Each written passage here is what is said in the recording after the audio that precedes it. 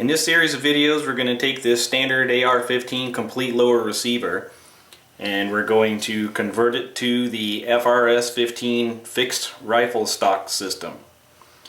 These videos and instructions will be available on our website, as well as the written instructions that are on the packaging that the kit comes in. So here's our new header card for the kits, and on the inside flap you'll see full color instructions that reflect what the video is going to address today, or the series of videos. So let's get started. So the first thing we want to do is we want to do all of the disassembly just to get it out of the way. One thing I highly recommend, because there are a bunch of small pieces and springs that can possibly get lost or roll away from you, I always do this kind of work on a nice clean white towel. Makes it very easy to see small parts, and they can't roll away because they get caught in the folds of the fabric. Alright, so the first thing we want to do is we want to remove the buffer from the buffer tube. That's a pretty simple setup. You can use a regular screwdriver. The stock wrench actually works. Anything that'll push that button. There's also this AR-15 multi-tool that there's a lot of brands. We just happen to carry the Tapco. This works pretty well too. So the first thing you want to do is you want to take that, there's a pin right there, and you want to put a finger on the spring so it doesn't pop out at you. Take your screwdriver, push that pin down to release that spring. Pop that guy off to the side. Nice and safe. Okay, next thing. You want to get the adjustable stock off. This one is a standard mil-spec butt stock, and it's really easy to remove. All you do is back the stock all the way out to the end of the buffer tube, grab a hold of this lever and just pull on it really hard to extend that pin out a little bit more, and the stock slides right off. There's a whole bunch of different brands, so everyone's a little different. This one here is a Magpul MOE stock, and it doesn't really have anything you can grab onto here, but it has these little posts, and when I'm working with one of these, I'll typically push the button all the way, grab it with a pair of channel lock pliers and give it that little extra pull, and then slide it off the back of the tube. Like I said, there's a lot of them that are different, but there's always some method you could use to get these things off of there. Alright, let's set that aside. Okay, the next thing we want to do is we want to take apart the castle nut. We want to unscrew it and do a little rotate here. So this is a single purpose stock wrench. It's actually got just a few extra tools here. I think this one is a flash hider wrench, but we just care about this one right now. This Tapco multi-tool has all this stuff included on it. But if you just want to do this, this is a pretty inexpensive. They're only about $10 or something like that. So what we want to do is grab onto the castle nut with our wrench and just give it a turn until it cracks loose. So it should be on there at about 40 psi, so it should take a pretty good turn to get it to go. Alright, this is one of those areas where you want to be careful because there's small parts in here. So we're going to unscrew that castle nut, and you can see the spring is already popping out there. What you want to do is pull that plate back just ever so slightly and rotate the tube just enough to expose that spring without it popping out on you. So if that thing launches, there's a little pin behind it that's going to go with it. There's the pin right there. So you want to be very careful not to lose your parts. And that's where the towel comes in really handy. Alright, so the next thing you want to do is, let's pop that pin out. Now we have the detent and the spring that's holding the buffer tube retainer in there. That's another one you got to watch out for, and I highly recommend wearing safety glasses because it's happened I don't know how many times people get hit in the eye. You want to put your finger on the pin and just keep it down while you rotate the tube a little bit more until it falls off of this shelf. So there's a little high spot right there that holds that pin in place. So you put your finger on there, give it a little rotate, and then release the pressure of the spring easily. Pop that whole assembly out, and you're ready to go. So once you've done that, go ahead and take the buffer tube completely off. Next thing, we need to get the pistol grip off of here. So depending on what kind of screw it is, this one just happens to be a regular flat screw. Some are Allen wrench, some are Phillips head screws. It just really varies depending on the manufacturer. So you want to unscrew that.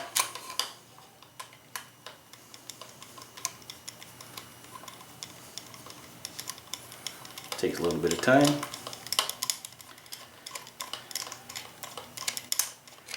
Not quite there. Get that screw out of there. Okay, here's another area where you want to be very careful because there's a loaded spring inside this grip. And as I pull the handle out, you can see that spring starting to expose itself there. You don't want to pull this grip off this way or even at an angle. You want to go straight out that way because you can kink that spring. So come straight out, drop the handle away, get the spring safe. Now there's going to be a detent in that hole. Give it a little whack, the detent comes out, and then your safety selector comes out as well. So take all these small parts, put them in a bowl or put them off to the side where they're not going to get away from you, and we'll move on to the next thing.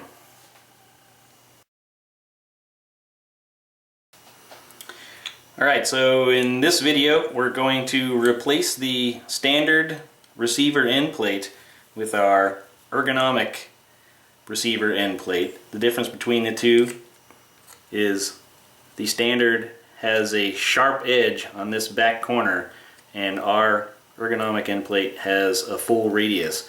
What that does is it increases the comfort level in the area between your finger and thumb, so you're not rubbing against that sharp edge and being irritated. We're finding that a lot of people, even that have pistol grip ARs or even AR pistols, are liking these end plates to increase the comfort level as well. So these come included in our FRS-15 rifle stock kits, but you can also buy them as separate items on our website in the parts and accessories area. So let's get started. The first thing you want to do is just pop off the old plate, pop on the new plate. Grab your lower receiver, start threading this guy back on there, and what you want to do is you want to bring the tube right to the edge of this detent hole where the buffer retention pin goes into. You want to grab your buffer retention pin, whoop, almost lost the spring, put that back in its hole, compress it down, and rotate the buffer tube about 3/4 of a turn. What that's going to do is it's going to bring that little ledge onto it, and it's going to hold that pin down so that guy is in place, while at the same time giving you access to your detent for your rear takedown pin. So you see that sucker still holding on there. So what we want to do now, I'm going to keep my finger on that just in case something goes wrong. I don't want it to pop and fly away. I'm going to slide my rear takedown pin on there with the slot facing towards the rear. Grab the detent pin, drop it back in its hole. Grab the return spring, drop that back in its hole, and you can see how that's all looking right there. Bring your end plate back up. Rotate the assembly into its final position. Now you can bring that plate down, compressing the spring, locking the plate into its little registration there. Give the castle nut a tightening down, so now you've got the pin is trapped, this pin is trapped. Make sure it's operating properly. Grab our little stock wrench, put it on there and give it a good hard crank. It's supposed to be 40 inch-pounds or 40 foot-pounds, something like that, but pretty much as hard as you can crank it is how hard you want to crank it. Now if you really wanted to lock it down there hard, these little notches on the front edge of the castle nut are meant for using a punch and a hammer. You would punch the rear end plate and it would put a little dimple into that slot in 3 places, which would prevent that nut from walking out. I don't know how many people do that, but that's what those notches are for. Lastly, we want to take our buffer, pop it back in its hole,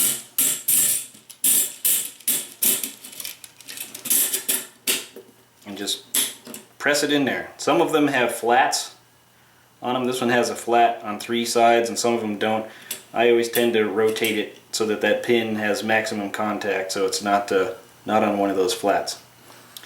And that's pretty much it. Let's move on to the next thing. Alright, so next we're going to go ahead and install the buffer tube cover. This is one of our quick detach mount versions. The other version, the standard, doesn't have these bump outs with the quick detach sling mount posts on them. The ATF, we have sent a letter to ATF and they've responded and told us that these can be used on AR pistol and do not convert an AR pistol to a short barreled rifle. Even with the use of the optional cheek rise, ATF has determined that it is still just a cover and not a shoulder stock. So for all you AR pistol people out there, if you want a good solution for the buffer tube, this might work out for you. So let's go ahead and get started. The first thing we want to do, actually I should back up for a second. When you get the package, there will be a spacer inside here that keeps the open end stable during shipping. In case it gets crushed, we don't want it to break, so we've got a little reinforcing thing in there. Just pop that piece out and discard it, or if you can find some use for it, that would be cool too, but it's not necessary for the installation. So the first thing we want to do is take a tube, slide it on the receiver. And this is also, I should also note, this is designed to work with a carbine or commercial buffer tube only. This one is a commercial buffer tube, and you can tell by the slash cut at the end of it. A mil-spec buffer tube will be a little bit shorter and it'll have a square cut at the end. So this will not work with a regular pistol buffer tube or an A2 or any other type of buffer tube. Only carbine buffer tubes, mil-spec or commercial. So, alright, back to business. So we slide the tube on there. Should be a nice tight fit. Should go all the way up to the front. Next thing you want to do, I'm going to put it like this. This is the little spacer that's going to go in the inside here. There are 2 steel sleeves. These are stainless steel, so they won't rust. They go into these 2 holes. They're in there loosely for a reason. All these buffer tube manufacturers, they're always a little bit different, so we tried to build in as much, the maximum amount of usability as possible. So they're a little bit floppy, but it does work. You may also have to, if you have still a little bit more material that's in your way, like this ramp here sometimes causes a problem with installations. You may need to take a file or some sandpaper and just take some material away from the back corner. I actually had to do it here just a tiny bit. You can probably see the file marks on there just a little bit to make it all work right. So take that guy, you drop it in the gap with this little thin part facing forward so it jumps over the castle nut there. Just like that. For tools you need 2 1/16 Allen wrenches. So using 1 Allen wrench as a hold, I stick it in the hole and hold on to that, just put a little pressure on the sleeve while I thread in the screw on one side just to get it started. Okay, once I have that first side, I can go ahead and put the second side on, and let's do the same thing here. Just use the wrench to hold the sleeve while you get a little bite on there. Okay, whoops.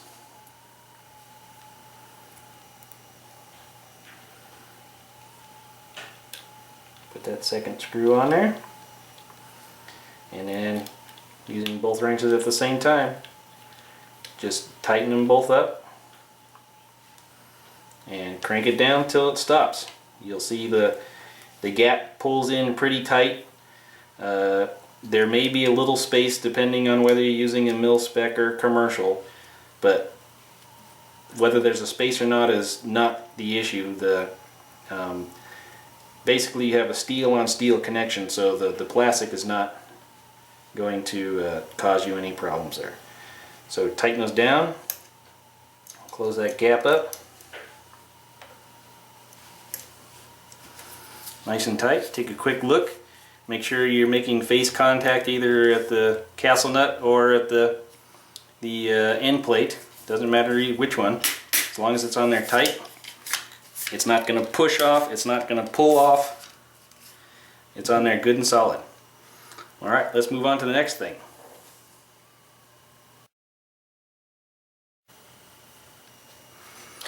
Alright, the last thing we're going to do is we're going to install the FRS-15 rifle stock. It's pretty straightforward. Let's get to it. The first thing you want to do is you want to take your return spring for your safety detent, pop it in the stock, just like that. Next thing is throw your safety into its hole. Keep it in the safe position, and I like to actually keep a finger on it so that it doesn't fall out in the middle of doing everything you're doing.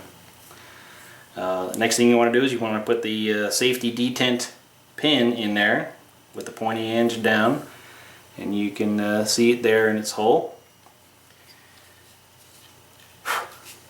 Next thing, take the two parts and put them together straight in. Just give it one straight push, straight in like that.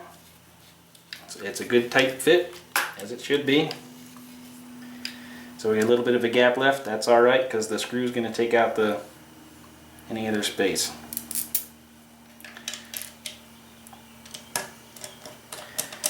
Pop your screw in there. And all this hardware comes with the kit.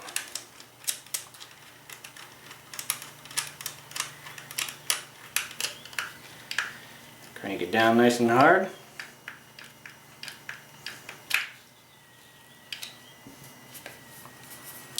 And there you go. So it's on there good and tight. It's not going anywhere.